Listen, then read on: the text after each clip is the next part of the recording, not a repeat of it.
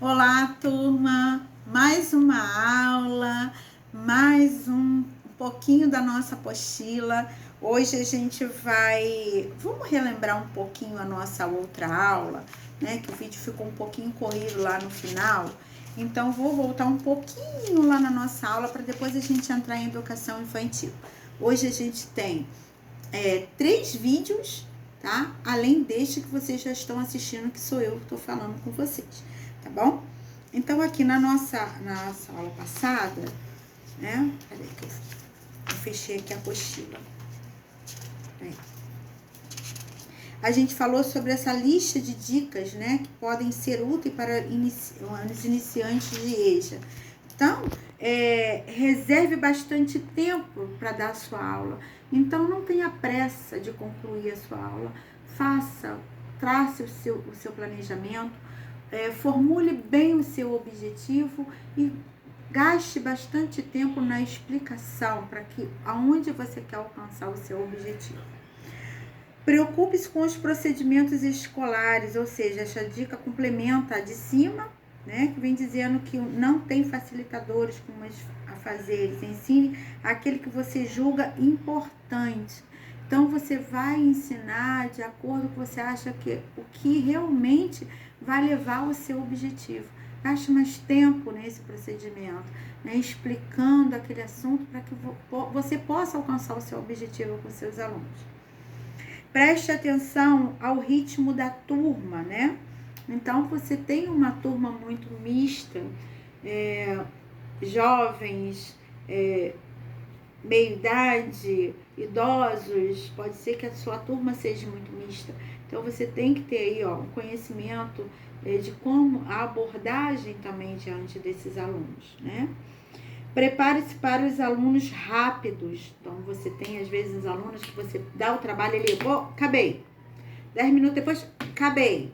Então, você usa esse aluno para ele ser o veículo, para que ele possa incentivar os outros. Vamos embora, então vamos pesquisar aqui, Vem aqui fulano com ciclano, pesquisa sobre esse assunto. Quem for acabando vai entrando aqui, vai pesquisar outra coisa também. Então, você vai dando a possibilidade dele ver também que eu faço trabalho rápido, eu pesquiso, mas eu não fico à toa, não fico parado, né? Eu vou estar ali sempre ganhando mais conhecimento.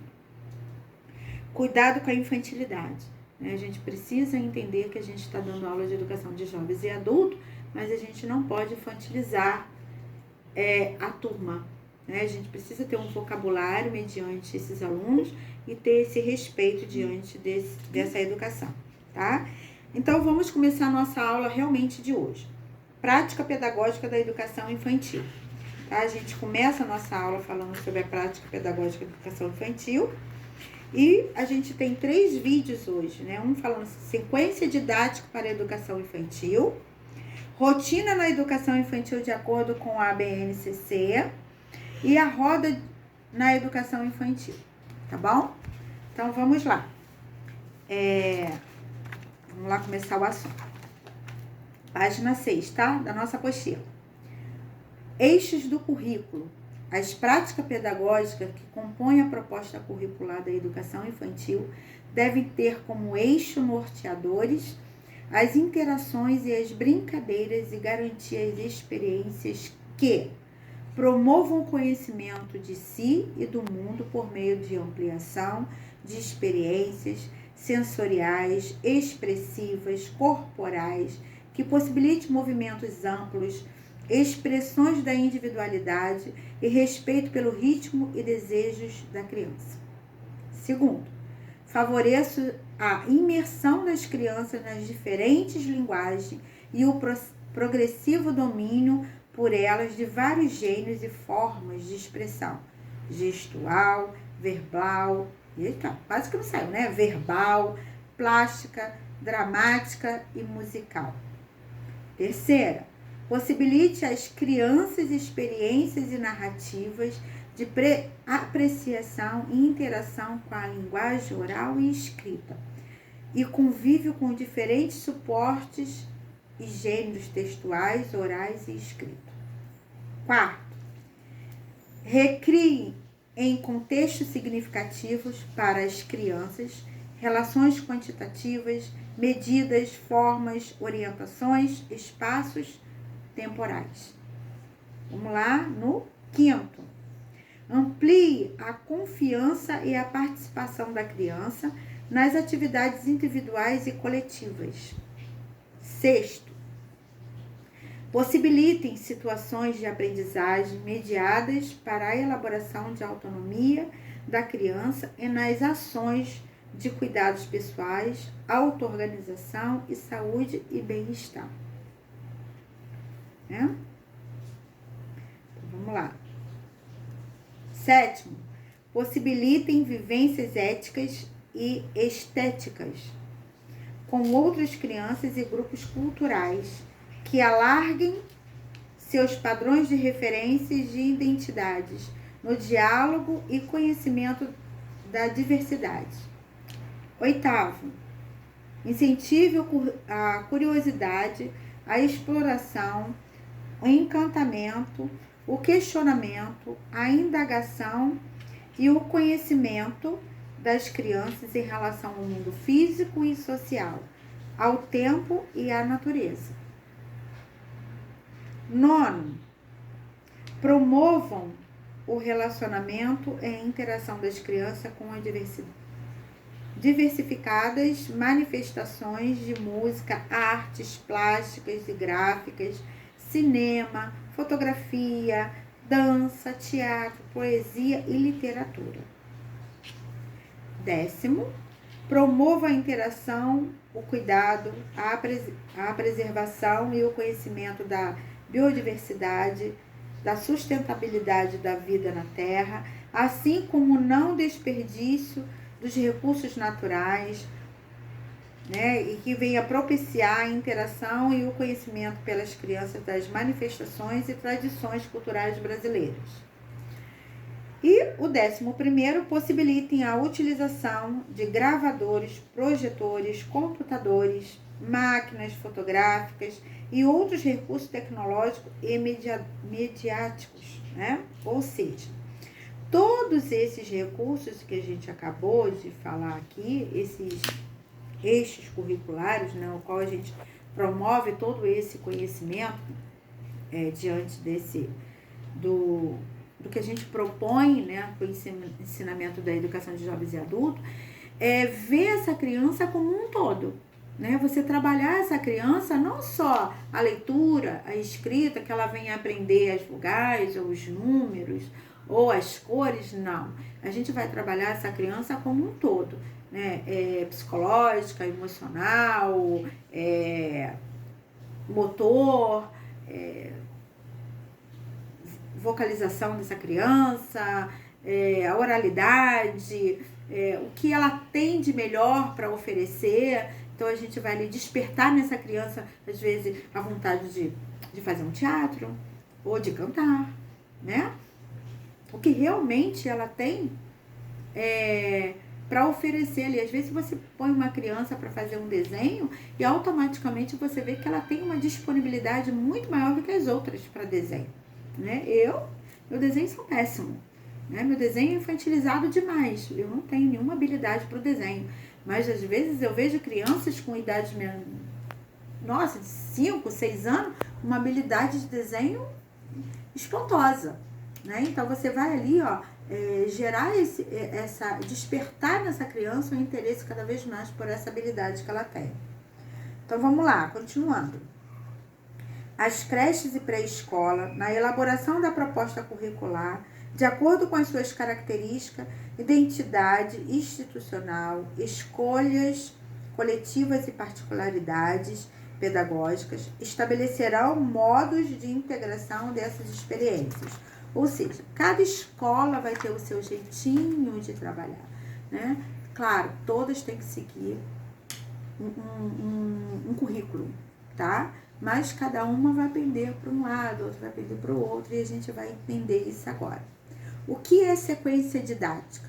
O nome já diz bastante coisa, mas poucas vezes paramos para pensar no que de fato significa. Como a palavra sequência significa ação de seguir, Ou seja, eu vou dar ação, eu vou dar procedimento, eu vou dar sequência, eu vou continuar, eu vou seguir com esse raciocínio. Podemos dizer que a sequência didática são etapas continuadas ou conjunto de atividades de um tema ou que tem o objetivo ensinar um conteúdo etapas por etapa. Ou seja, eu tenho um conteúdo e eu vou dar sequência ensinando etapa por etapa, sem precisar, né, ficar trocando. Vamos lá, continuando que vocês vão entender. Sequência didática é um termo usado na educação infantil para definir um conjunto de atividades encadeadas de passo e etapas ligadas entre si, para tornar mais eficiente o processo de aprendizado. Ou seja, eu vou dar continuidade, ou que seja para trabalhar a língua portuguesa, ou para trabalhar a matemática, ou para trabalhar seja o que for, sem precisar mostrar para o aluno, não, vamos parar, agora a gente vai fazer matemática, não, vamos parar, agora é português. Não, a gente dá continuidade. Toda qualquer sequência didática planejada deve ser desenvolvida para atingir um objetivo, claro, né? Mas não é qualquer objetivo. Esse objetivo deve atender às necessidades do aluno. Ora, se preciso ensinar algo para o meu aluno, preciso criar uma estratégia de passo a passo para que ele seja capaz de entender o conteúdo que eu, professora, estou oferecendo, e por isso é bastante importante selecionar e criar as sequências e ter uma didática adequada para usar em sala de aula. Ou seja, eu vou criar essa sequência e vou dar continuidade para o meu aluno. Por que trabalhar com sequência didática? Vamos ver por quê. As sequências didáticas são muito utilizadas na educação infantil, porque auxiliam o professor a organizar o trabalho em sala de aula de forma gradual. Antes, preciso saber qual etapa meus alunos estão, para então partir desse nível em diante. Preciso saber onde parou para eu poder continuar, tá? Ao organizar uma sequência didática, o professor pode planejar etapas de trabalho de acordo com seus alunos e nos indicamos que essa sequência seja produzida com os seus alunos, ou seja, eu vou de acordo com a minha etapa, criando novas etapas e crescendo com os meus alunos. Continuando a apostila, vem dizendo: como preparar sequência didática na educação infantil? Escolas diferentes seguem currículos diferentes. Enquanto algumas enfatizam o ensino de idiomas e conhecimentos cognitivos, outras optam por desenvolver competências sociais. Uma empregam atividades lúdicas, outra prezam pelo contato com a natureza e criam consciências ecológicas ou apostam na tecnologia. Qualquer que seja o método aplicado nessas escolas, há espaço para uma sequência didática no planejamento. Ou seja, independente de que caminho essa escola for traçar, né, esse seu contexto, né, esse seu currículo, não importa, né? Você pode traçar a sua sequência diante do seu planejamento. Como escolher o tema da minha sequência didática? Qualquer assunto pode dar origem a uma sequência didática. Qualquer um, né? Basta começar. É bom se perguntar o que você pretende que as crianças aprendam, né? Tem algumas perguntinhas, né? Qual o propósito desse conteúdo? É fazer com que a turma aprenda a ler? Ou que ela aprenda a escrever? Eu não sei qual é a proposta, mas você vai saber, né? Então, é traçar os seus objetivos. Deixe 2 pontos bem claros. Qual o conteúdo e qual o objetivo da sequência? O conteúdo é aquilo que será ensinado.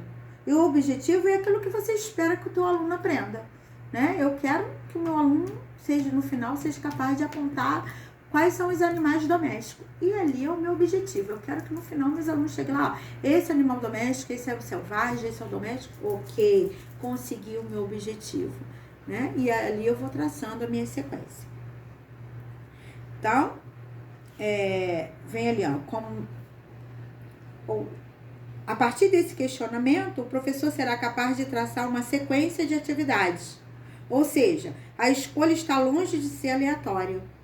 A partir do meu objetivo, eu posso traçar a minha sequência, né?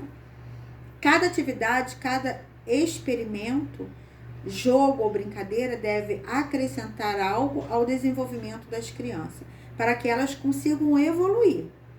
E como criar um passo a passo? Como que eu vou criar isso? E quais conhecimentos elas precisam para passar de uma atividade para as seguintes? Então, vamos ver. Trabalha a interdisciplinaridade. Então, sequência didática são uma oportunidade para se trabalhar um mesmo conteúdo sob diversos olhares. Então, eu vou pegar um conteúdo e vou trabalhar ele de diversas maneiras diferentes, levando o meu aluno a aprender cada vez mais. Exemplo do tema, ele botou aqui um inseto, né? Imagine que a turma está abordando um tema da natureza e sociedade, mas também irá desenvolver novo vocabulário quando aprender nomes de animais, as suas partes, e que come, o que come, onde vive, né? A motricidade, como que o sapinho faz? Vamos lá, botar o sapo. Vou dar um exemplo de um sapo. Né? Como que o sapinho anda? O que ele come? Onde ele vive? Qual é a cor do sapinho? E aí eu tô dando todas as matérias, tá? Busque não dividir as aulas por disciplina, fragmentando os conteúdos. Não façam isso, né? Vão abordando, né? Eu tô ali falando do sapinho, o que ele come? Tô dando ali, ó, alimentação, né? Aonde ele vive,